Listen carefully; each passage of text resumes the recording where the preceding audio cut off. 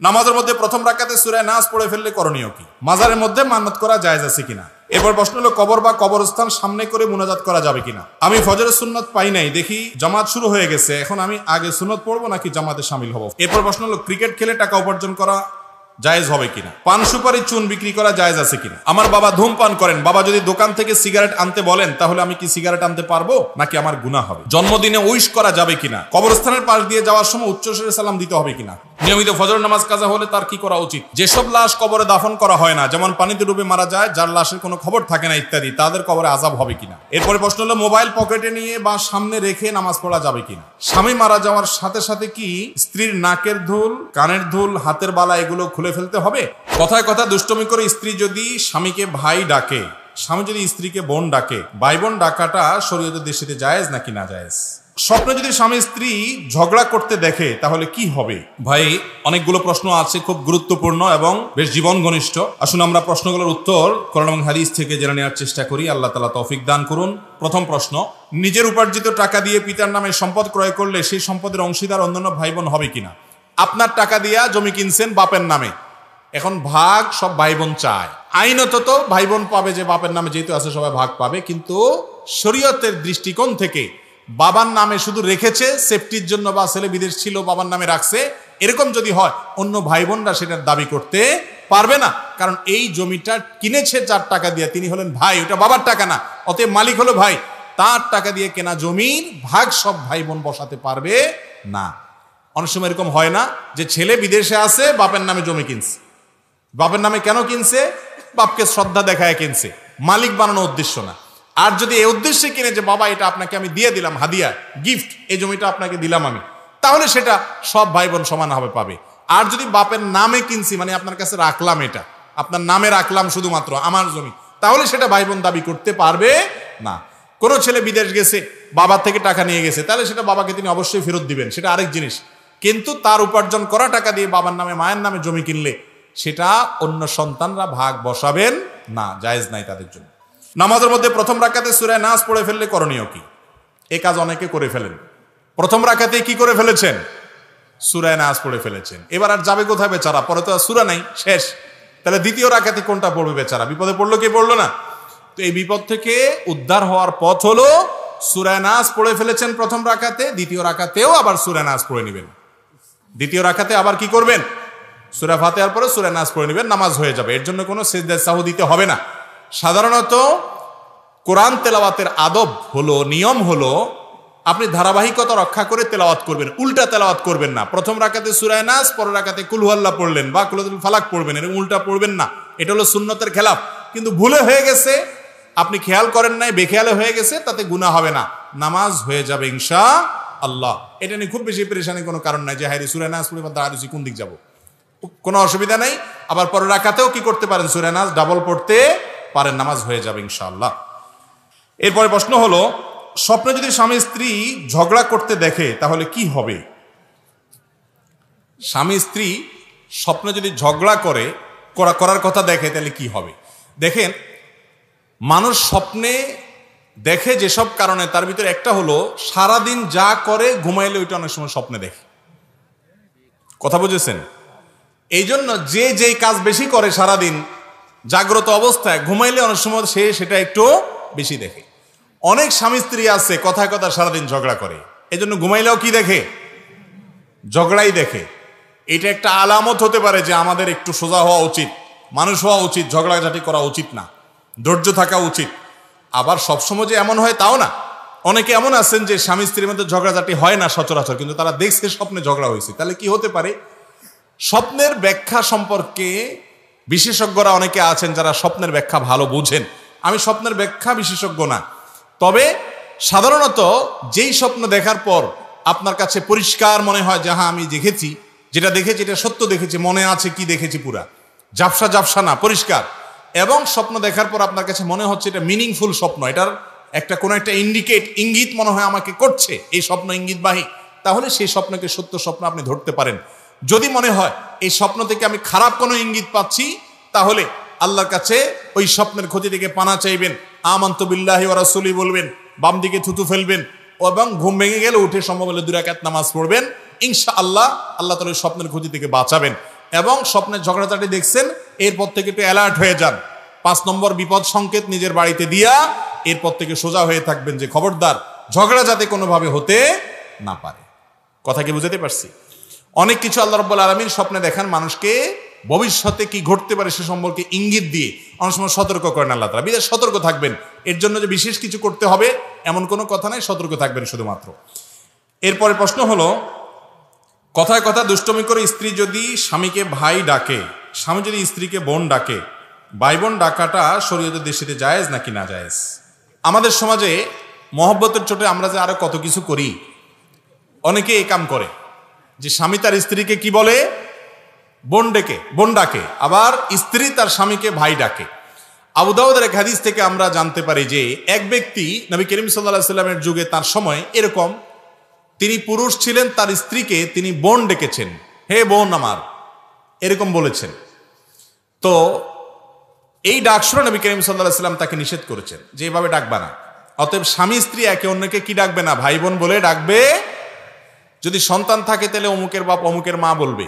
কথার কথা ছেলের নাম আব্দুল্লাহ, তাহলে স্বামী তার স্ত্রীকে বলবে আব্দুল্লাহর মা, আর স্ত্রী তার স্বামীকে বলবে কার বাপ, আব্দুল্লাহর বাপ। এটা হলো শ্রদ্ধা দেখানোর সবচেয়ে উত্তম এবং সাহাবীদের সুন্নাহ এটা।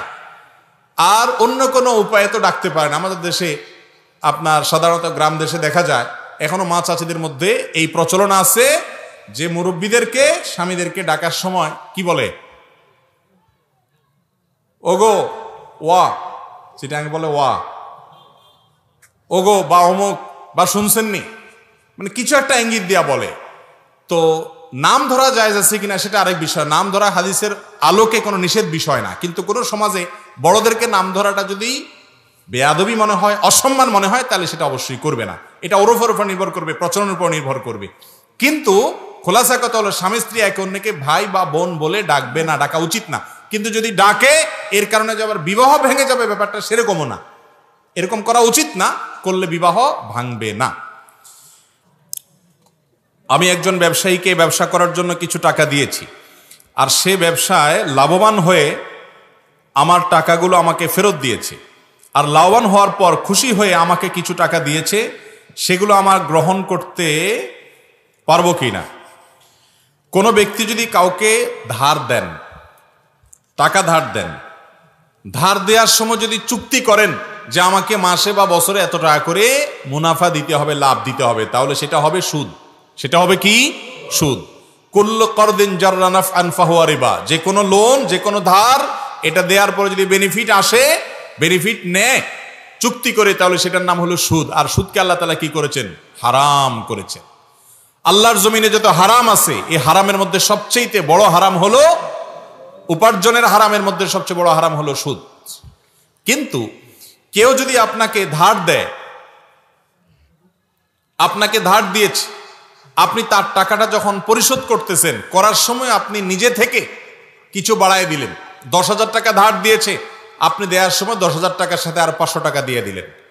সে কোনো চুক্তি করে নাই, তার আশাও হয়তো নাই, আপনিও দিবেন এমন কোনো কথা নেই, কিন্তু আপনাকে আল্লাহ তাআলা বিপদ থেকে মুক্ত করেছেন, কাজ সেরে গেছে, আপনি খুশি হয়ে যদি তাকে 500 টাকা বাড়ায় দেন, চুক্তি হয় নাই, সেও আশা করে নাই, হয়তো আপনিও কোনো কিছু বলেন নাই, আপনার নিজের থেকে যদি বাড়ায় দেন, সেটা সুদ হবে না, এটা নেওয়া জায়েজ হবে। কথা কি বুঝাতে পারছি? আর যদি চুক্তি করেন উভয়ে যে আমি হাওলাত দেব, এত টাকা দিতে হবে, অথবা আপনাকে কেউ হাওলাত দিয়েছে, শর্ত দিয়েছে এত টাকা দিতে হবে, তাহলে হাওলাতের বিপরীতে নির্দিষ্ট টাকা নিলে সেটা কি হবে? সুদ হবে। ব্যবসায়িক ভিত্তিতে নিলে, ব্যবসার লাভ নিল পার্সেন্টেজ আকারে, যে এত পার্সেন্ট ব্যবসার লাভ দিবা আমাকে, সেটা জায়েজ আছে।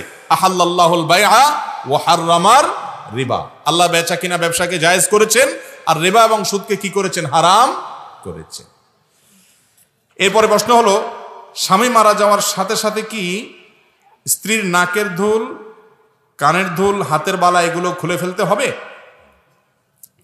নবী করিম সাল্লাল্লাহু আলাইহি ওয়াসাল্লাম বিভিন্ন হাদিস থেকে আমরা জানতে পারি, কোরআন কারীমের আয়াত থেকে আমরা জানতে পারি, একজন স্ত্রী তার স্বামীর মৃত্যুর পর 4 মাস 10 দিন পর্যন্ত তিনি ইদ্যত পালন করবেন, শোক পালন করবেন। কয়দিন? 4 মাস 10 দিন। এই সময়টাতে তিনি প্রথমত বিবাহ শাদী করবেন না, কারোর সাথে বিবাহ শাদীতে বসবেন না। আর যদি তার গর্ভে কোনো সন্তান থাকে তাহলে সেক্ষেত্রে সন্তান প্রসব হওয়া পর্যন্ত এই বিধান চলবে, 4 মাস 10 দিন না। আর এই ইদ্যতকালীন সময়ে 4 মাস 10 দিন অথবা গর্ভ খালাস হওয়া পর্যন্ত এই সময়টাতে ইদ্যতকালীন সময়ে তার যে অন্যান্য বিধান আছে সেগুলো প্রযোজ্য। বিশেষ করে 4 মাস 10 দিন ইদ্যতকালীন সময়ে যেই ঘরে থাকা অবস্থায় স্বামী মৃত্যুবরণ করেছেন ওই ঘরে ওই বাড়ির আঙ্গিনার বাইরে প্রয়োজন ছাড়া যাবেন না, সাজগোজ অতিরিক্ত করবেন না, সাধারণভাবে যে পোশাক আশাক পরেন সেগুলো পরবেন, কোনো অসুবিধা নেই। অনেকে মনে করে সাদা পোশাক পরে থাকতে হবে, না, এমন কোনো কথা নেই। সাধারণ পোশাক আশাক তিনি যেগুলো বাসা বাড়িতে পরেন ওগুলো পরে থাকবেন। আর স্বর্ণ গহনা আলাদা করে কোনো স্বর্ণ গহনা পরে সাজগোজ করবেন না, কারণ হাদিসে নবী করিম সাল্লাল্লাহু আলাইহি সাল্লাম স্বামী মৃত্যুর পর স্ত্রীর জন্য যে কাজগুলো করতে নিষেধ করেছেন তার ভিতরে হলি এবং এই অলংকার ইত্যাদি এগুলো সে ব্যবহার করবে না। অনেক ওলামা ইকরাম অবশ্য বলেছেন নাকে যেগুলো আগে থেকে আছে, ছোটখাটো শরীরে যেগুলো আগে থেকে আছে সেগুলো থাকতে পারে, নতুন করে কোনো গহনা ইত্যাদি পরবে না। কিন্তু অন্যান্য ওলামা ইকরাম হাদিসে সাধারণভাবে অলংকার না পরার ব্যাপারে নবী করিম সাল্লাল্লাহু আলাইহি ওয়াসাল্লাম যে নির্দেশ করেছেন সেই কারণে বলেছেন যে অলংকার, হাতের বালাটা এগুলো খুলে রাখবে এবং শোক পালন শেষ হলে তারপর তিনি পড়বেন। এরপরে প্রশ্ন হলো মোবাইল পকেটে নিয়ে বা সামনে রেখে নামাজ পড়া যাবে কিনা। মোবাইল অনেকে সামনে রেখে যায়, নামাজের সামনে রেখে নামাজ পড়ে, আবার অনেকে পকেটে রেখে নামাজ পড়েন। এ দুইটাই মৌলিকভাবে জায়েজ আছে, তবে শর্ত হলো যাতে মোবাইল আপনার নামাজে ডিস্টার্ব না করে। মোবাইল যদি এভাবে খুলে রেখে দেন আর কল আসে তাহলে তো আপনি দেখবেন কে কল করছে, আপনার নামাজের মধ্যে মনোযোগ নষ্ট হবে কি হবে না। এই জন্য মোবাইল সাইলেন্ট করে বন্ধ করে এরপরে আপনি নিচে রাখেন বা পকেটে রাখতে পারেন, অথবা নিচে রাখলে উপর করে রাখবেন যাতে করে আপনার নামাজে ডিস্টার্ব না হয়। এরোপ্লেন মুড করে বা বন্ধ করে তারপর পকেটে রাখেন, এক কথায় সামনে রাখেন আর পকেটে রাখেন, নামাজের জন্য মনোযোগ নষ্ট না হয়। মোবাইল খোলা রেখে সামনে রাখছেন, বাজছে কল, এবার তো টিপ দিয়ে বন্ধও করতে পারেন না, আবার নামাজে মনোযোগ ধরে রাখতে পারেন না, নামাজটা নষ্ট হবে কি হবে না। অতএব মোবাইল যাতে নামাজ নষ্টের কারণ না হয় সেই জন্য আপনাকে ব্যবস্থা গ্রহণ করতে হবে। সামনে রাখবেন না পকেটে রাখবেন সেটা আপনার ব্যাপার, নামাজে মনোযোগ যাতে নষ্ট না হয় সেদিকে খেয়াল করবেন। সামনে রাখলে অবশ্যই উপর করে রাখবেন, আর বন্ধ করে রাখলে তো কোনো কথাই নেই। এরপরে প্রশ্ন হলো যেসব লাশ কবরে দাফন করা হয় না, যেমন পানিতে ডুবে মারা যায়, যার লাশের কোনো খবর থাকে না ইত্যাদি, তাদের কবরে আযাব হবে কিনা। খুব গুরুত্বপূর্ণ প্রশ্ন। কবরের আযাব এটা কি সত্য না অসত্য? আযাবুল কবর হাক্কুন, কুরআন এবং হাদিস থেকে সুস্পষ্টভাবে প্রমাণিত। আহলুস সুন্নাহ ওয়াল জামাআতের আকীদা বিশ্বাস হলো মানুষের মৃত্যুর পর কবরে তার সওয়াল জবাব হবে, প্রশ্ন উত্তর হবে। এই প্রশ্নোত্তর যেটা মুনকার নাকির ফেরেশতা করবেন প্রত্যেকটা মানুষকে, সবাইকে এই প্রশ্নোত্তরের মুখোমুখি করবেন, এটা হবে। এখন কথা হলো কবরে যে ব্যক্তি শায়িত হয়েছে, স্বাভাবিক মৃত্যু হয়েছে, দাফন হয়েছে লাশ, তারটা তো বুঝে আসলো। পানিতে ডুবে মারা গেছে, তার তো কবরে যাওয়ারই সুযোগ হয়নি, বাঘে খেয়ে ফেলেছে, বাঘের পেটে চলে গেছে, তার শরীরের সাথে মিশে গেছে, এই ব্যক্তির কিভাবে প্রশ্নোত্তর হবে? এর উত্তর হলো আল্লাহ রাব্বুল আলামিন প্রত্যেকটা মানুষের শরীরের ধ্বংসাবশেষ যেটা যেখানে যে অবস্থা আছে ওই অবস্থায় প্রশ্নোত্তরের মুখোমুখি করবেন। ধরুন একজনকে বাঘে খেয়ে ফেলেছে, কুমিরে খেয়ে ফেলেছে, আগুনে পুড়ে ভস্ম হয়ে গেছেন, ছাই হয়ে গেছেন। ছাই হয়ে গেলেও তার শরীরের ওই ধ্বংসাবশেষ, ছাই থাকুক আর মাটি থাকুক, কিছু একটা আছে, যেটা আছে ওইটার মধ্যে আল্লাহ তাআলা অলৌকিকভাবে তার মধ্যে রূহ দিয়ে তাকে প্রশ্নোত্তরের মুখোমুখি করবেন। সেটা আমরা দেখবো না, বুঝবো না, উপলব্ধিও করবে না, কিন্তু প্রশ্নোত্তর হবে। এই জন্য কোরআনে কারিমে আল্লাহ রাব্বুল আলামিন এটাকে বলেছেন বারজাখ, ওমিন ওয়ারাইহিম বারজাখুন ইলা ইয়াউমি ইউবআসুন। মৃত্যুর পরে কিয়ামত কায়েম হওয়ার আগে যে জগৎটা আছে এই জগৎটাকে বলা হয়েছে বারজাখ, মানে আড়াল। সেই জগৎটা হলো আড়াল আখিরাতের জন্য, ওই জগৎটা পার হয়ে মানুষ আখিরাতে যাবে। সেই বারজাখের জগৎটাতে কেউ কবরে থাকতে পারে, কেউ বাঘের পেটে থাকতে পারে, কেউ কুমিরের পেটে থাকতে পারে, কেউ ছাই হয়ে থাকতে পারে, কেউ পানিতে পচে গলে পানির সাথে মিশে যেতে পারে। যে যেখানে তার ধ্বংসাবশেষ থাকুক না কেন সেটাই হলো তার জন্য বারজাখী জীবন। কিভাবে প্রশ্নোত্তর সেশন করবেন? আল্লাহ রাব্বুল আলামিন যিনি শূন্য থেকে নাপাক পানি থেকে মানুষকে সৃষ্টি করেছেন তার জন্য অসম্ভব বলতে কিছুই নাই। নিয়মিত ফজর নামাজ কাজা হলে তার কি করা উচিত? নিয়মিত ফজর নামাজ কাজা হলে তাকে হাত পা বেঁধে ভালো করে মারা উচিত। কারণ নিয়মিত এর মানে আরেকজনের যায় মারবেন না। এই ফতোয়া শুনে আবার যায়, আমি এটা কথার কথা বললাম আর কি, মানে এমন অপরাধ করেছে যে অপরাধের কারণে সে নিজের ব্যাপারে নিজের শাস্তি দেওয়া উচিত। হাসার কথা বলিনি আসলে। আপনার ফজর নামাজ একদিন মিস হতে পারে, কিন্তু নিয়মিত ফজর নামাজ মিস হওয়ার মানে হলো আপনি ফজর নামাজের গুরুত্ব বুঝেন না, আপনি অলস। ঠিক না ভাই? ঠিক। একজন ইমানদার কখনো অলস হতে, ফজর নামাজ না পড়লে সে কখনো ইমানদার হওয়ার সুযোগই নেই, এটা মুনাফিকের লক্ষণ। ফজর নামাজ যার পড়া কঠিন হয় তার লক্ষণটা কিসের? মুনাফিকের। আল্লাহ তাআলা আমাদেরকে হেফাজত করুন। ফজর নামাজ জামাতের সাথে পড়ার চেষ্টা করতে হবে। মাঝে মধ্যে ভুল হতে পারে, বাদ যেতে পারে, নিয়মিত হতে পারে না। অনেকে আছে সকাল 7টা 8টা উঠে সুন্দর মতো নামাজ পড়ে, আছে না নাই? এটা জায়েজ নাই। নামাজ ওয়াক্ত মতো আদায় করতে হবে, এটা ফরজ। 5 ওয়াক্ত নামাজের মধ্যে সবচেয়ে কষ্ট হয় যে নামাজটা পড়তে, ফজরের নামাজ। আর এই নামাজটার ফজিলত কোন কোন ওলামাদের মতে আসরেরটার পরে, আর কোন কোন ওলামাদের মতে 5 ওয়াক্তের মধ্যে সবচেয়ে শ্রেষ্ঠ হলো ফজরের নামাজ। আল্লাহ তাআলা আমাদেরকে নামাজটা পড়ার তৌফিক দান করুন। কবরস্থানের পাশ দিয়ে যাওয়ার সময় উচ্চস্বরে সালাম দিতে হবে কিনা? কবরের পাশ দিয়ে যখন যাবেন আপনি, তখন সালাম দিবেন কবরবাসীকে, এবং সেই সালামটা কিছুটা উচ্চস্বরে হবে, একেবারে চিৎকার করেও না, আবার মনে মনেও না। সালামুন আলাইকুম দারা কওমুল মুমিনিন ওয়া ইন্না ইনশাআল্লাহু বিকুম লাহিকুন নাসআলুল্লাহ লানা ওয়া লাকুমুল আফিয়া। এরকম বিভিন্ন দোয়া হাদিসে বর্ণিত আছে। কবরের পাশ দিয়ে যাওয়ার সময় কবরবাসীকে সালাম দিবেন। সালামকে আস্তে আস্তে দিতে হয় না, একটু জোরে। ঠিক এখানেও কি দিবেন? একটু জোরে দিবেন, অনেক জোরে না। মানে জাস্ট একজনকে সামনে পাইলে যেরকম সালাম দেন ওইরকম কণ্ঠে কবরবাসীকে যাওয়ার সময় সালাম দিবেন। এরপরে প্রশ্ন, জন্মদিনে উইশ করা যাবে কিনা? দয়া করে কোরআন এবং হাদিসের আলোকে উত্তর দিবেন। একজন মুসলমান তিনি জন্মদিবস উদযাপন করবেন না, কারণ জন্মদিবস উদযাপন করা এটা পেগানদের থেকে এসেছে, এটা ভিনধর্মী মানুষদের থেকে এসেছে। শুধুমাত্র তাদের থেকে এসেছে তা নয়, জন্মদিনকে কেন্দ্র করে যে কাজগুলো হয়ে থাকে, এমন কি এই যে আমরা আগুন জ্বালিয়ে থাকি, অনেকে জন্মদিনকে কেন্দ্র করে মোমবাতি জ্বালিয়ে থাকেন, কেক কাটাকাটি করে থাকেন, এই সবগুলো হুবহু এইভাবে এসেছে অনেকগুলো ভ্রান্ত বিশ্বাস থেকে। অনলাইনে সার্চ দিলে বিস্তারিত পেয়ে যাবেন এই জন্মদিবসের উৎপত্তি কোত্থেকে, কোন বিশ্বাসের ভিত্তিতে, কেনই বা এই মোমবাতি জ্বালানো হয়, কেনই বা কেক কাটা হয়, কেনই বা এই আনুষ্ঠানিকতা হয়, কেনই বা উৎসব করা হয়। এটা এমনিতেই হয় না, এর পেছনে ধর্মীয় বিশ্বাস কাজ করে ভিন্নদের। একজন মুসলমান কখনো অন্য ধর্মের মানুষের ধর্মীয় বিশ্বাস ধারণ লালন করতে পারেন, অন্তত তাদের সাথে সাদৃশ্য হয় সেজন্য এটাকে তিনি বয়কট করবেন। মুসলমান কখনো অযথা, অহেতুক এবং অযৌক্তিক কাজ করতে পারে না। মুসলমানের প্রত্যেকটা কাজের পিছনে কি থাকবে? যুক্তি থাকবে। কোনো একটা অবশ্যই তার পেছনে যৌক্তিক কারণ কাজ করবে।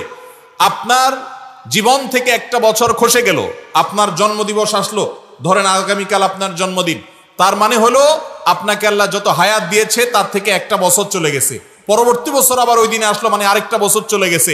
আপনার হায়াত থেকে একটা বছর চলে গেলে এটা কি খুশি হওয়ার কথা না কান্দার কথা? আমাদের কিছু কিছু উৎসব আছে যে উৎসবগুলোর কোনো আগামাথা খুঁজে পাবেন না।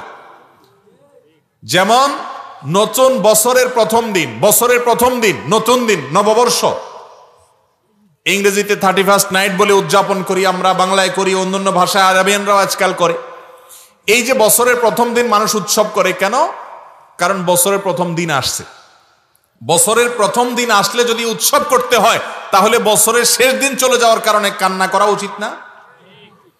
যার আগমনে আনন্দ হয় তার বিদায়ে বেদনা হওয়ার কথা না?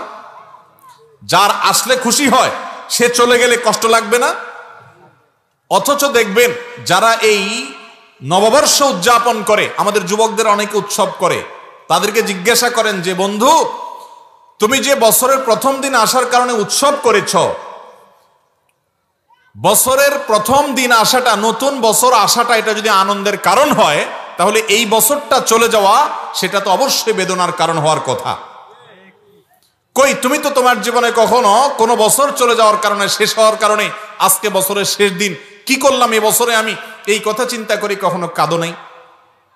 তাহলে তুমি হাসার দলে আছো, শুধু কাঁদার দলে। এই কাঁদার কোনো যৌক্তিকতা থাকতে পারে? যারা নিজেদেরকে বিজ্ঞান মনস্ক দাবি করে, যারা নিজেদেরকে দাবি করে যে তারা যুক্তি লজিকের বাইরে কখনো কোনো কিছু করে না, তারা ধর্ম পালনকারীদেরকে আঘাত করে, আক্রমণ করে নানা অজুহাত দিয়ে, এই লোকগুলো যখন এই সমস্ত অযৌক্তিক দিবস পালন করে এবং উদযাপন করে, তখন আর বুঝতে বাকি থাকে না যে তাদের কথা এবং কাজে মিল নেই। এজন্য কোনো মুসলমান জন্মদিবস উদযাপন করবে না। জন্মদিবস এটা উদযাপনের কিছু না। একটা নতুন বছর শুরু হলো আমার জীবনে, এটা আমার জন্য বেদনার যে একটা বছর চলে গেছে। অনেক সুযোগ আমার জীবন থেকে, 360-65 দিনের একটা সুযোগ প্যাকেজ চলে গেছে, পার হয়ে গেছে। এটা আনন্দের কোনো উপলক্ষ না।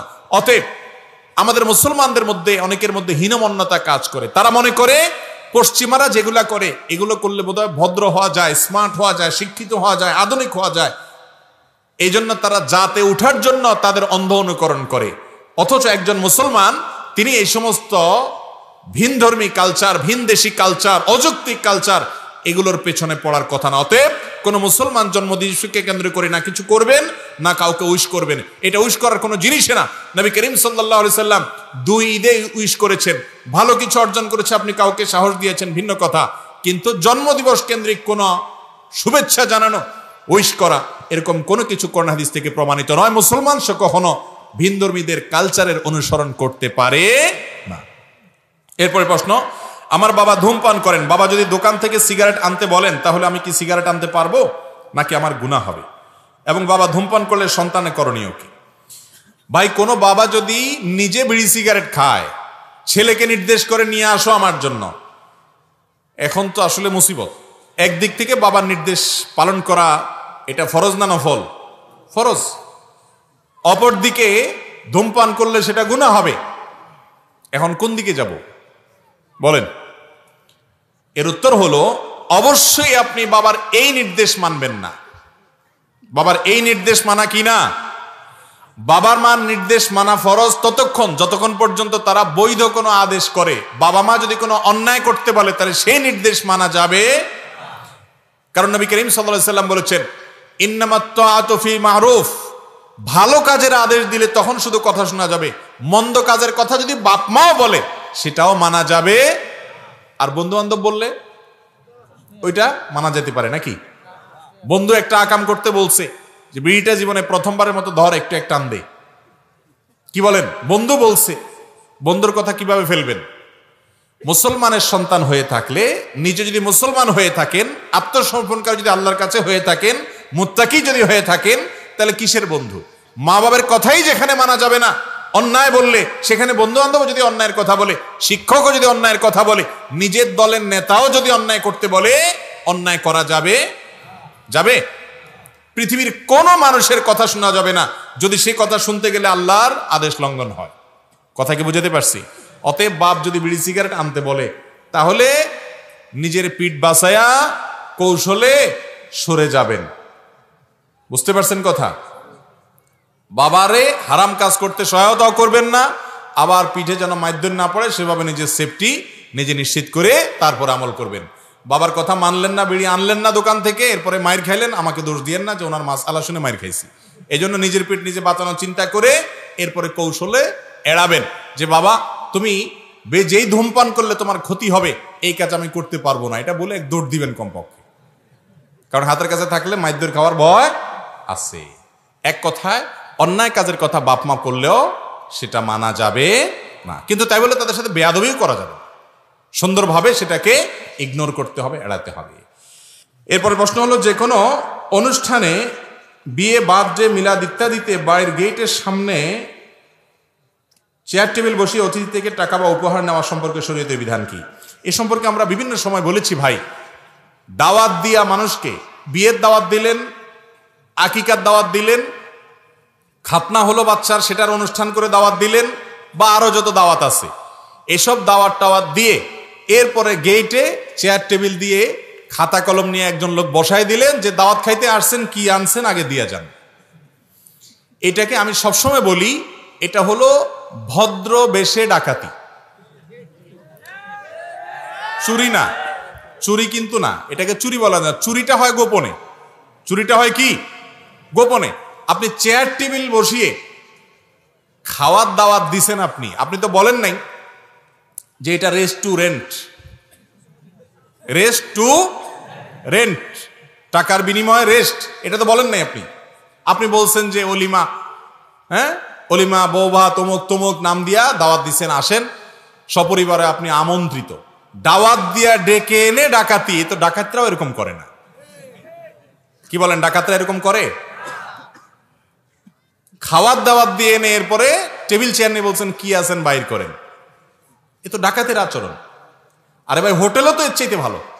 হোটেলে তো বেশিরভাগ হোটেলে খাওয়ার পরে বলে বিল কত হয়েছে, এত হয়েছে, আর এখানে খাওয়ার আগে আগে বিল দেন, পরে খাওয়া দাওয়া। 500 টাকা করে ফ্যামিলির 4 জন আসছেন, 2000 টাকা খাইলেন, আর দিতে হইল 5000 টাকা। এটা ডাকাতি না? খুব খারাপ এবং ঘৃণ্য একটা জিনিস। আমাদের সমাজের খুব বাজে একটা কালচার, এটা খুব বাজে কালচার। ভাই, আপনার সামর্থ্য নাই, আপনি দাওয়াত খাওয়ায়েন না। আপনাকে কে বলছে 500 মানুষ দাওয়াত খাওয়াইতে? আসলে তো দাওয়াত না, এটা হলো বিজনেস। অনেক লোকের এটা কি বিজনেস। হিসাব করে মোট খরচ হবে কত, দাওয়াত দেব কাকে, এইসব কার্ড আবার যাকে তাকে খুব একটা দেয় না, কম। বেশিরভাগ বাইসে বাইসে পয়সালা দেখে দেখে দেয়, ঠিক না? যে 1000 খাইয়া 5000 দিয়ে যাবে, খুবই নোংরা একটা জিনিস। বিশেষ করে যুবকদেরকে আমি সব সময় বলি, আপনাদের যাদের এখনো বিয়ে হয় নাই, জীবনের তরে পণ করবেন যে আমার বিয়েতে এই সমস্ত ডাকাতি মার্কা কাজ, এই সমস্ত অভদ্রচিত কাজ আমার বিয়েতে আমি হতে দেব না। কেউ যদি হাদিয়া দিতে চায় আপনাকে, তাহলে তার জন্য চেয়ার টেবিল বসাইতে হবে নাকি? বাতিজা বিয়ে করছো, আমি তোমার চাচা আসছি, বড় ভাই আসছি, এটা নাও খরচ করিও, আপনাকে দিতে পারে না সে? চেয়ার টেবিল বসাইয়া চাঁদাবাজি করা, এটা খুবই নিকৃষ্ট একটা কাজ। কিন্তু আমাদের দেশে এটা মানুষ করে, বুঝেও না যে নিকৃষ্ট কাজ, ঠিক না? ঠিক।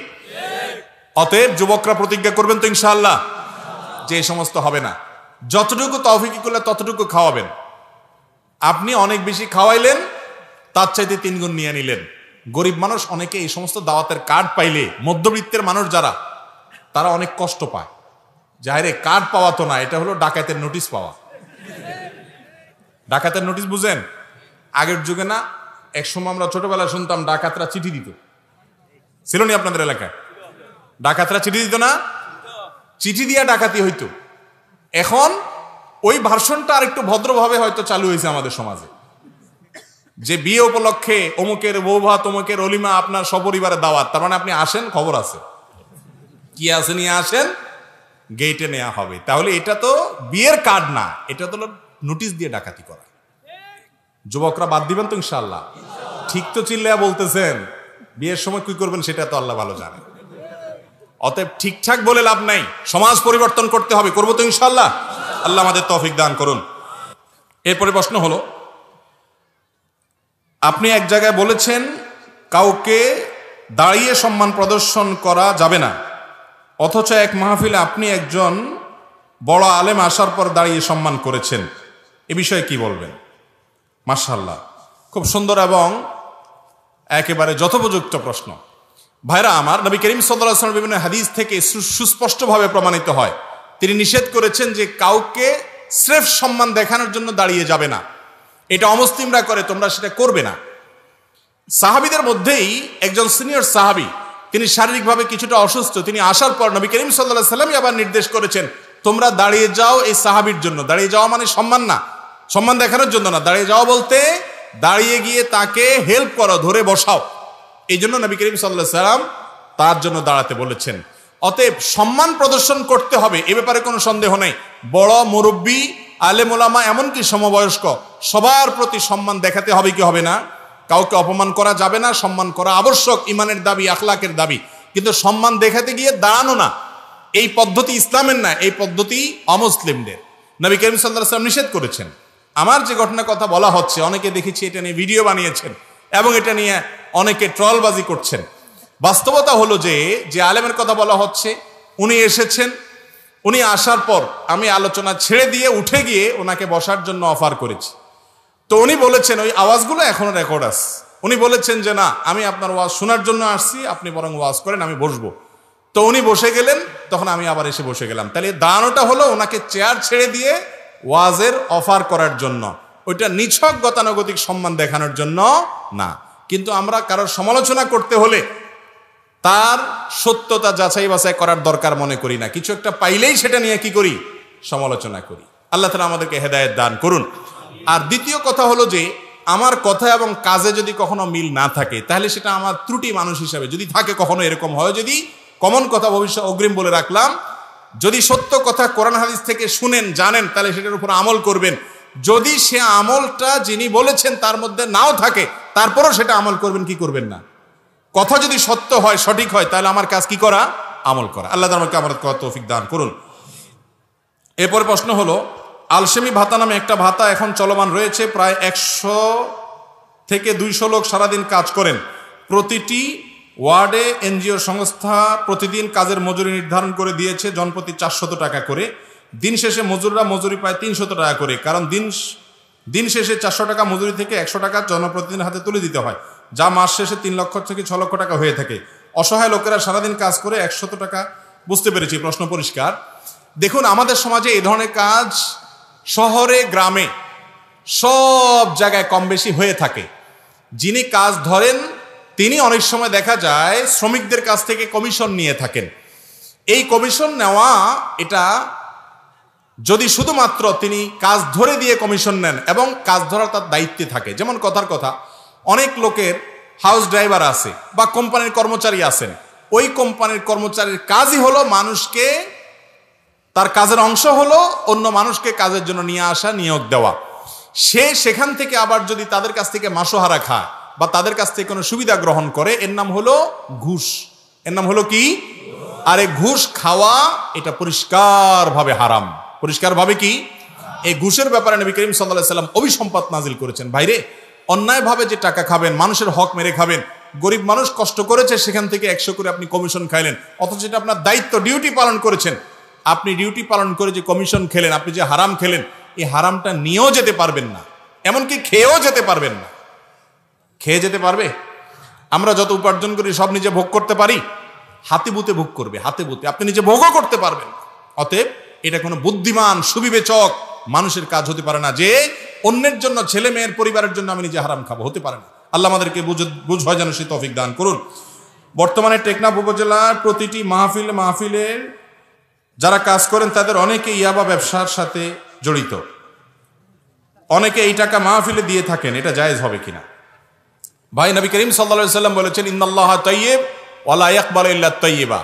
আল্লাহ তাআলা পবিত্র, অপবিত্র হারাম কোনো কিছু দান করলে আল্লাহ সেটা কবুল করবেন। শুধুমাত্র ইয়াবা ব্যবসা না, হয়তো আপনাদের দিকে ইয়াবার কারবার বেশি হয় সেজন্য আপনারা এই প্রশ্ন করেছেন, কিন্তু অন্যান্য এলাকাতে, এক এক এলাকাতে হয়তো এক এক হারামের প্রাধান্য বা বিস্তার রয়েছে। যেই কোনো হারাম উপার্জনের টাকা মাহফিলে দান করলে সওয়াব হবে না, বরং হারাম উপার্জন করার যে গুনাহ আছে সে গুনাহ চুল পরিমাণ কমবে না মাহফিলে দেওয়ার কারণে।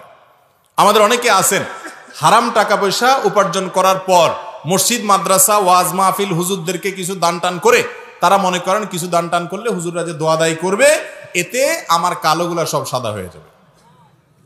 দুনিয়াতে কালো টাকা সাদা করার সিস্টেম আছে, আল্লাহ তাআলার কাছে কালো টাকা সাদা করার সিস্টেম। হারাম উপার্জন করার পর সেটা ফেরত দিতে হবে অথবা দান করে দিতে হবে যদি মালিককে খুঁজে না পাওয়া যায়। কোনো অবস্থাতে সেটাকে মসজিদ, মাদ্রাসার ওয়াজ মাহফিলে দান করে হালাল করার সুযোগ, এবং ওয়াজ মাহফিল কর্তৃপক্ষের দায়িত্ব, মসজিদ মাদ্রাসার কর্তৃপক্ষের দায়িত্ব। আমরা হুজুররাও আজকাল, আল্লাহ মাফ করুক, টাকা পাইলে আর হালাল হারাম বাজ বিচার করি না। শুধুমাত্র মানুষের দোষ দিয়ে লাভ নাই, কিছু দোষ আমাদেরও আছে। ওয়াজ মাহফিল যারা করেন, কয়জন লোক আছেন যে হালাল হারাম বাজ বিচার করেন? আপনারা যারা মক্কা শরীফ যাওয়ার সুযোগ পাইছেন তারা দেখছেন বাইতুল্লাহর যে কালো কিরাফ ঘেরা যে বাইতুল্লাহ কাবা ঘর, এই কাবা ঘরের এক পাশে বুক পরিমাণ ওয়াল ঘেরাও দেওয়া আছে, রাউন্ড করা আছে, হাতিমে কাবা বলা হয়। এই জায়গাটা কাবা ঘরের ভিতরে ছিল, কাবার অংশ ছিল। ইব্রাহিম আলাইহিস সালাম যে কাবা বানাইছেন সেখানে এই ঘেরাওটা সহকারে ভিতরে ছিল। কিন্তু এই কাবা যখন আমাদের নবী করিম সাল্লাল্লাহু আলাইহি ওয়াসাল্লামের দাদা আব্দুল মুত্তালিবের আমলে, তার নেতৃত্বে কুরাইশের লোকেরা যখন এটাকে পুনরায় নির্মাণ করলেন, পুরান হয়ে গেছে, ভেঙে চুরে যায় এবং অনিরাপত্তার কারণে তারা এটাকে ভেঙে আবার পুনরায় নির্মাণ করেছেন। নবী সাল্লাল্লাহু আলাইহি ওয়াসাল্লাম ছোট ছিলেন তখন, ওই সময় তারা মুশরিক ছিল, মূর্তি পূজারী ছিল, অমুসলমান ছিল। তারপরেও তারা প্রতিজ্ঞা করেছেন যে আমরা আল্লাহর ঘর নির্মাণে কোনো হারাম টাকা নেব না। এই জন্য সমাজে ঘোষণা করছেন যার টাকা টন করে বাঁচবে, হালাল, কোনো ভেজাল নাই, শুধু সে দিবে আল্লাহর ঘরে, বাকিগুলো নেওয়া হবে না। এবং সেইভাবে তারা মসজিদ নির্মাণ করেছেন। টাকার অভাবে হালাল টাকা বেশি থাকে না কম থাকে? কম থাকে। হালাল টাকার পরিমাণ সমাজে বেশি না কম? তো হালাল টাকা কম হওয়ার কারণে কাবা ঘরের সেই হাতিমের অংশটাকে কাবার ভিতরে ঢুকাইতে পারেন নাই তারা মুশরিক হওয়া সহ এটা সত্য, এটা বুঝছেন। আর আজকাল আমরা মসজিদকে জাকজমক করা, মাহফিলকে আপনার জাকজমক করার জন্য হারাম হালাল বাস বিচার নাই। চাচা টাকা দিয়েন, বড় ভাই টাকা দিয়েন, কোত্থেকে কালাম পড়েন, দাড়ি টাড়ি আছে, সব ঠিক আছে, টুপিটা পাওয়া পড়েন, কিন্তু আপনার বাবা মারা গেছেন, আপনার মা মারা গেছেন, তার যে সম্পদ জমি জমা সেখানে আপনার বোনের হক আছে না নাই? কয়জন মায়ের পুত হাত দেখায় বলতে পারবেন যে আমার বাপ মারা যাওয়ার পরে বোনের হক সব দিয়ে দিয়েছি, অথবা আমার বাপ কখনো মারা গেলে আল্লাহ আমাকে বাঁচায় রাখলে আমি আমার বাপের সম্পদে বোনের পাওনা পাই পাই করে বুঝাই দিব। আছেন এরকম মায়ের ভূত? খুব কবি এখন নীরব হয়ে গেছে। আমরা মনে করি যে সমাজে আমরা দুধের দোয়া, প্রত্যেকটা মানুষ আমরা, এই জন্যই তো নিজেকে সংশোধন করতে হয়, মুত্তাকি হইতে হবে। আল্লাহ আমাদেরকে সবাইকে হারাম খাওয়া থেকে বেঁচে থাকার তৌফিক দান করুন। বক্তাকে দেখতে চাওয়ার উদ্দেশ্যে মাহফিলে গেলে সওয়াব হবে কিনা? আজকাল অনেকে মাহফিলে আসেন বক্তা দেখার জন্য, তাই না? তামাশা দেখার জন্য, যে হুজুর কেমন, টিভিতে দেখি, ডাইরেক্ট দেখলে কেমন হয়, হুজুর কেমন, যে হুজুরের কোনো ওই আকর্ষণ আছে, ওই আকর্ষণ। আজকাল তো বক্তা এরকম আছে যে আধা হাতি বক্তা আছে, আধা হাত, 1 হাত 1.5 হাত, আধা হাত তো না, 1.5 হাতের বক্তা আছে। হ্যাঁ, পুরুষ থেকে নারী, নারী থেকে পুরুষ হয়ে গেছে এই বক্তা। এরকম অনেক আকর্ষণ দিয়ে আপনার অনেক মাহফিল আয়োজন করে কি করে না? এগুলো খুব লজ্জাজনক অধ্যায় মুসলমানদের জন্য। এগুলোর জন্য আসবেন না, মাহফিলে আসবেন কিসের জন্য? আলোচনা শোনার জন্য। হ্যাঁ, ওলামা ইকরামের সোহবত এবং সান্নিধ্যে আসা ভালো, সে নিয়ে তো যদি আসেন তাহলে সওয়াব। যে আলেমের পাশে যাওয়া, তার কাছে বসা, তার সামনে বসা, তার আলোচনা শোনা এবং কাছাকাছি থাকা, এটাও ভালো কাজ।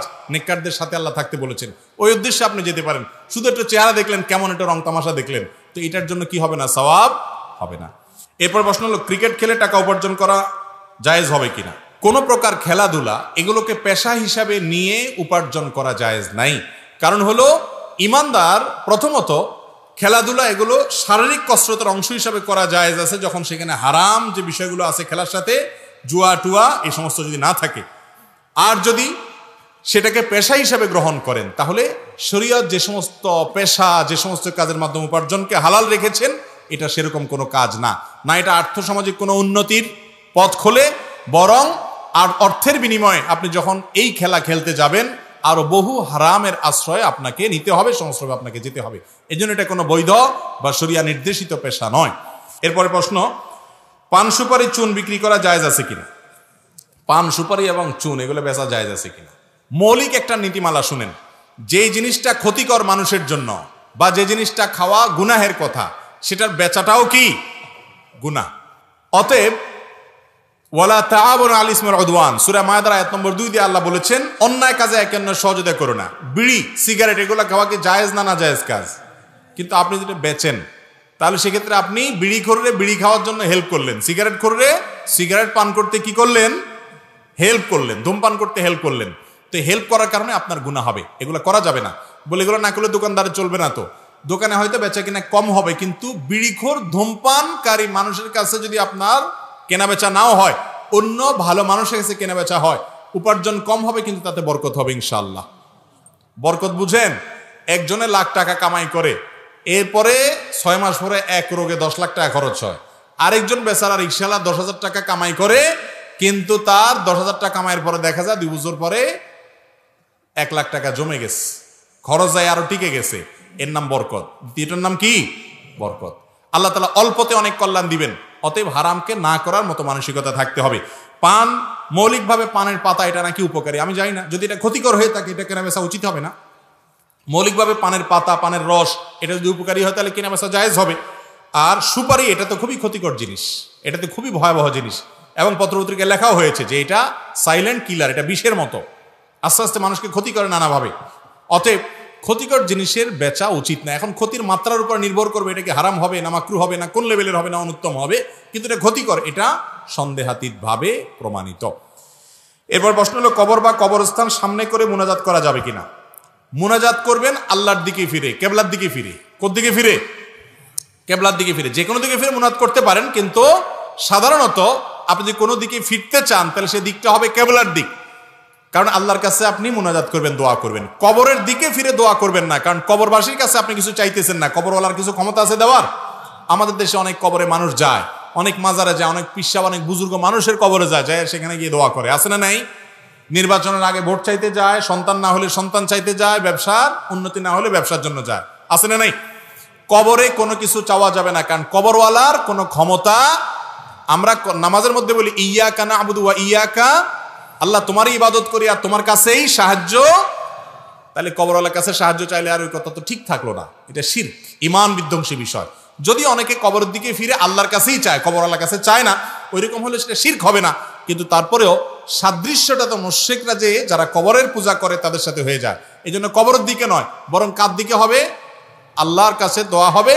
আর কবরস্থানে গিয়ে হাত তুলে দোয়া করতে হবে এমন কোনো কথা নাই। কবর জিয়ারতের জন্য সুন্নাত হলো সালাম দিয়ে সেখান থেকে প্রস্থান করা, শিক্ষা গ্রহণ করে। এরপরে প্রশ্ন হলো, আমাদের সমাজে একটা প্রচলিত আছে, বাজার থেকে বড় মাছ আনলে ফাতেহা করায়, ছেলে যদি না বলে তখন বাবা মা রাগ করে, করণীয় কি? আবার মৃত ব্যক্তিকে স্বপ্নে দেখলেও ফাতেহা পড়ে অনেকে। দেখেন, বড় মাছ আনলে ফাতেহা করে অর্থাৎ দোয়ার আয়োজন করে, এটা প্রথম শুনলাম, হয়তো এলাকাতে আছে। আবার বাবা মারা স্বপ্ন দেখছেন তখন ফাতেহা করতে হয়, ওই ঘর উদ্বোধন করবেন তখন দোয়া করতে হয়, আপনার মাটি কাটবেন আপনি তখন প্রথম বাড়ি করার জন্য মাটি কাটবেন, সেটার জন্য হুজুর এনে দোয়া করতে হয়, তারপরে এরকম পদে পদে হুজুর এনে দোয়া করতে হয়। এগুলো সবগুলো হুজুরদের লাভ। এগুলো লাভটা কাদের? আমাদের লাভ। আপনাদের খুব একটা লাভ এখানে নাই আসলে। কারণ নবী করিম সাল্লাল্লাহু আলাইহি ওয়াসাল্লাম আমাদেরকে এরকম কোনো শিক্ষা দেন নাই যে পদে পদে পদে পদে দোয়ার জন্য কি লাগবে? হুজুর লাগবে। দোয়াটা প্রত্যেকে যার যারটা শেষে করতে পারে। হুজুরের কাছে দোয়া চাওয়াতে দোষে কিছু না। হুজুর আপনি দোয়া করিয়েন, চাচা মুরব্বী মানুষ আপনি দোয়া করেন, এটা চাইতে পারেন, চাওয়াতে দোষের কিছু নাই। কিন্তু হুজুর যদি সিস্টেম করে যে পদে পদে আমাকে দিতে হবে, তাইলে ওই যে থানার পুলিশের মতন একটা হয়ে যায়, ঠিক না? এক পুলিশ অফিসার আসছিলেন, মানে মজা করে রসিকতা করে, আমি বললাম ভাই আপনারা হয়তো একবার খান, একজনে বাড়ি করবে, আপনারা একবার টাকা পান, আমরা কিন্তু ভাই আপনাদের চেয়ে অনেক বেশি পাই। আপনি এক ধাপে পান, আমি কয়েক ধাপে পাই, আমাদের হুজুর আমরা কয়েকভাবে পাই। কিভাবে? উদ্বোধন করবে শুরুতে, মাটির প্রথম কোপ হুজুর দিবে, পাইলনি 500, 1000, 2000। এরপরে আবার যখন ছাদ ঢালাই হবে, আজকে ছাদ ঢালাই বড় একটা কাজ হবে, আবার হুজুর, আবার ছাদ ঢালাই হয়ে গেল, হুজুর হাদিয়া পাইলো, চলে গেল। এরপরে বিল্ডিং হয়ে গেল, এক একটা ফ্ল্যাটে উঠলো, ফ্ল্যাটে উঠার দিন আবার আরেকটা, কয়েকটা ফ্ল্যাটের মালিক কয়েকজন উঠলে আবার আরেকটা, তাহলে কয় দফা হইল? ওই পুলিশ বেচারা তো হয়তো এক দফা পায়ে চলে গেছে, যে অবৈধ নেয় আর কি। আর যারা ভালো মানুষ তো ভালো মানুষ। তো যাই হোক, এরকম প্রত্যেক পদে পদে হুজুর ছাড়া কাজ হবে না, এই সিস্টেম ইসলাম আমাদের জন্য রাখেন নাই। দোয়ার ব্যাপারে হুজুর ছাড়া দোয়া হবে না, এরকম কোনো সিস্টেম নাই।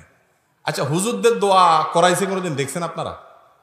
হুজুরদের বাড়িতে দোয়া করাইছে? বুঝেন নাই? নামাজ আপনিও পড়েন, হুজুরও পড়ে, রোজা আপনিও রাখেন, হুজুরও রাখে, সব কাজগুলো আপনিও করেন, হুজুরও করে। কিন্তু কিছু কাজ আছে দেখবেন, যেমন মিলাদ আর কি, মিলাদ, এই কাজগুলা দেখবেন হুজুর সবার বাড়িতে করে, কিন্তু হুজুর বাড়িতে কোনোদিন হয় না। গোমরটা ধরতে পারছেন? মানে আসল আর নকল ধরার কিন্তু একটা ভালো বুদ্ধি এটা।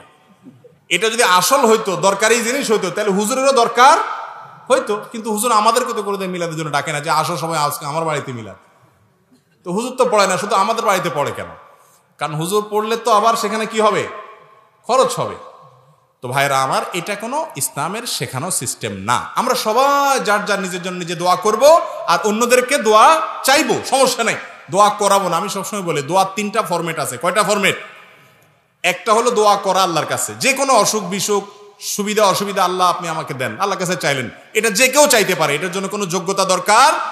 আপনি মায়ের পেজ দিয়ে দোয়া করতে পারেন না, হুজুরের মতো এত সুদ দিয়ে দোয়া করতে পারেন না, হুজুরের মতো এত কবিতার ছন্দে তাল মিলিয়ে এত সুন্দর সাজিয়ে গুছিয়ে বলতে পারেন না, কোনো দরকার নেই। যে বোবা, যার মুখে বাকশক্তি নেই, আল্লাহ তারও মনের ভাষা বুঝেন। বুঝেন কি বুঝেন না? আপনি এলেমেলো ভাষা দিয়ে আল্লাহর কাছে যা বলবেন, আল্লাহ তাই কবুল করবে ইনশাআল্লাহ। আপনার মনের আকুতিটা আল্লাহ তাআলা দেখবেন।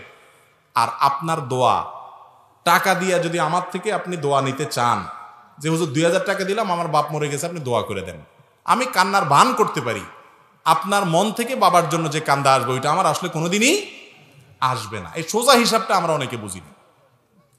হুজুরদেরকে এমনি টাকা দিবেন, হাদিয়া দিবেন, আর এই নজর নিচু থাকবে কেন যে দোয়া করানোর জন্য হুজুরে হাদিয়া দিবেন, হুজুরে এমনি হাদিয়া দিবেন, হুজুর নেন 500, 1000, আপনি আলেম মানুষ, এমনি দিলে এমনি দোয়া করবে। এবার আপনি আপনার দোয়া করেন।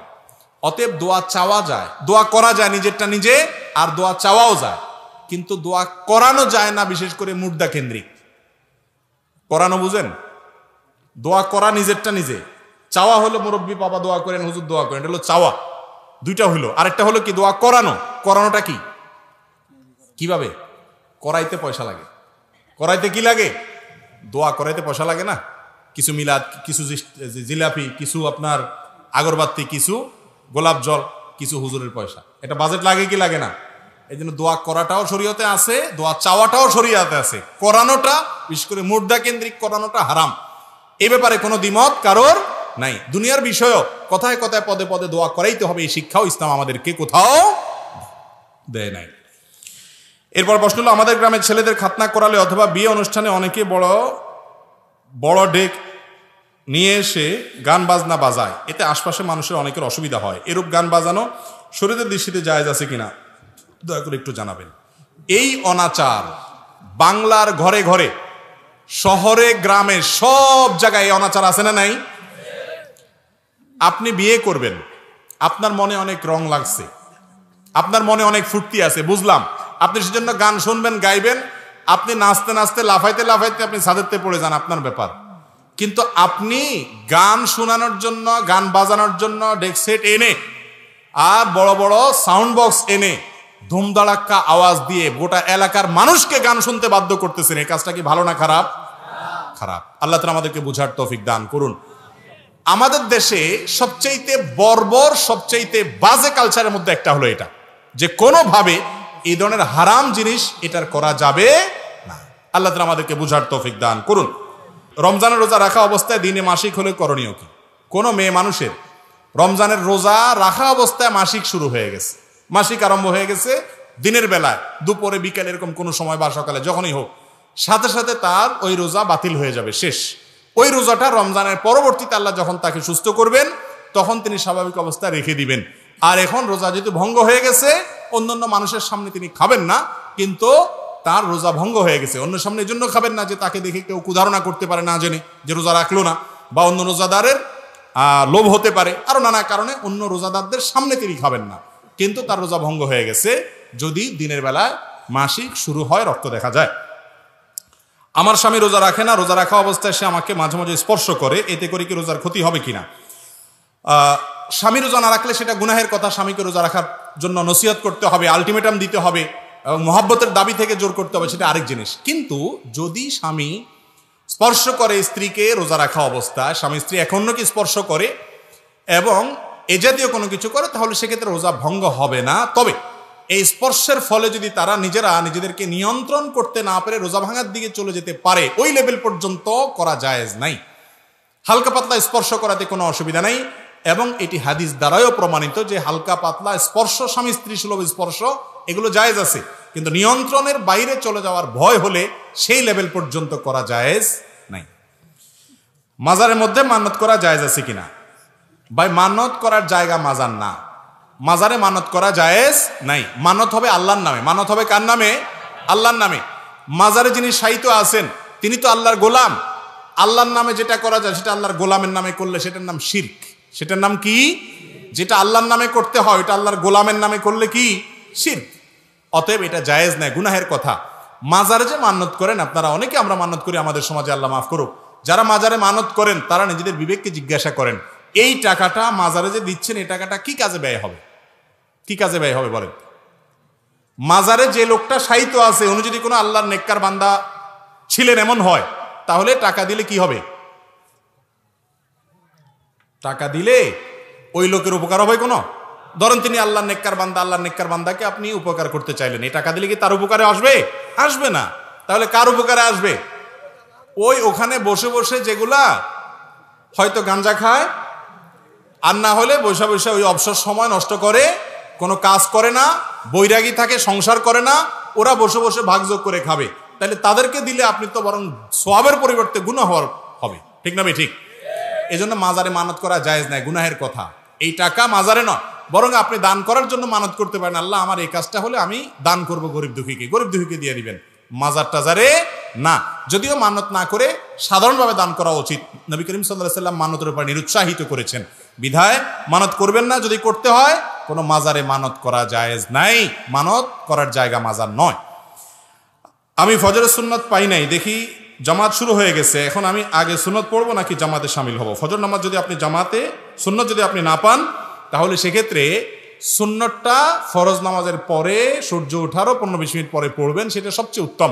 তবে ফজরের জামাত চলাকালীন সময়ে যদি আপনি দ্বিতীয় রাকাত পাওয়ার সম্ভাবনা থাকে, তাহলে সেক্ষেত্রে হানাফি মাযহাব অনুযায়ী আপনি সুন্নত পড়ে শামিল হতে পারেন। সেক্ষেত্রেও মসজিদে যেখানে জামাত হচ্ছে একেবারে ঠিক ওখানে কাতারের আশেপাশে দাঁড়াদাঁড়ি করা এটা অনুচিত, কারণ সেটা জামাতের শানের সাথে যায় না।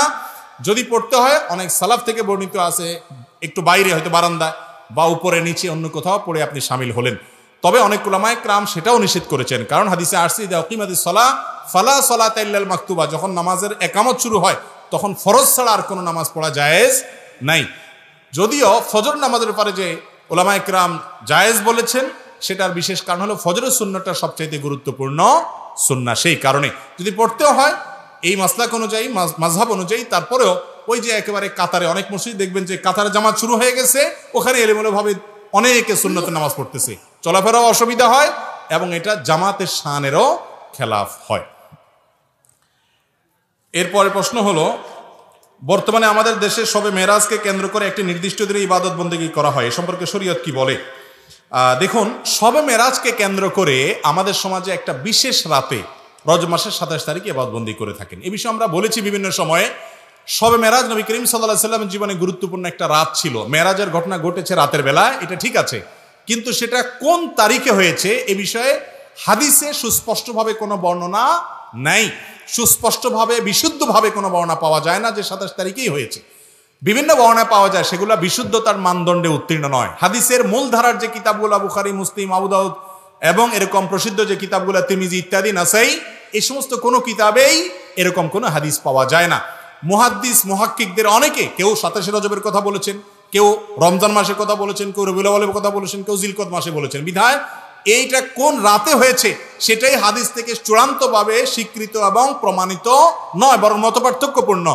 আর দ্বিতীয় কথা হলো, এই রাতে রাসূল আকরাম সাল্লাল্লাহু আলাইহি সাল্লাম এবং সাহাবা একরাম খোলাফায়ে রাশিদিন কেউ এই রাতকে কেন্দ্র করে বছরে একদিন উদযাপন করেছেন এরকম কোনো বর্ণনা পাওয়া যায় না। অনেকে বলে, ভাই নামাজ রোজাইতে করবে, খারাপ কি করবে, আপনারা বাধা দেন কেন? ভাই নামাজ আপনি পড়েন, অন্যদিন নফল নামাজ করছেন, এটাও করেন ভালো, কিন্তু এই রাতের জন্য আপনি বিশেষভাবে নামাজ রোজা করতেছেন, দিনের রোজা এবং রাতে নামাজ, অথচ হাদিসে সেটা নাই, তাহলে এটা নকল আমল। নকল আমল করলে সেটার নাম বেদাত, আর বেদাতের ঠিকানা কি হয়? জাহান্নাম হয়। ইসলামের নামে কিছু করবেন না যেটা ইসলামের নাই। আপনি নিজে থেকে নফল করতে চাচ্ছেন, অন্য সময় করেন, এই সময় করেন, সেটা আরেক জিনিস। কিন্তু দিনের ভিতরে নতুন কিছু বানালে নবী করিম সাল্লাল্লাহু আলাইহি সাল্লাম বলেছেন ফাহুয়ারাদ, সে প্রত্যাখ্যানযোগ্য। বিধায় মন গড়া আমল করা থেকে আল্লাহ তাআলা আমাদেরকে বেঁচে থাকার তৌফিক দান করুন।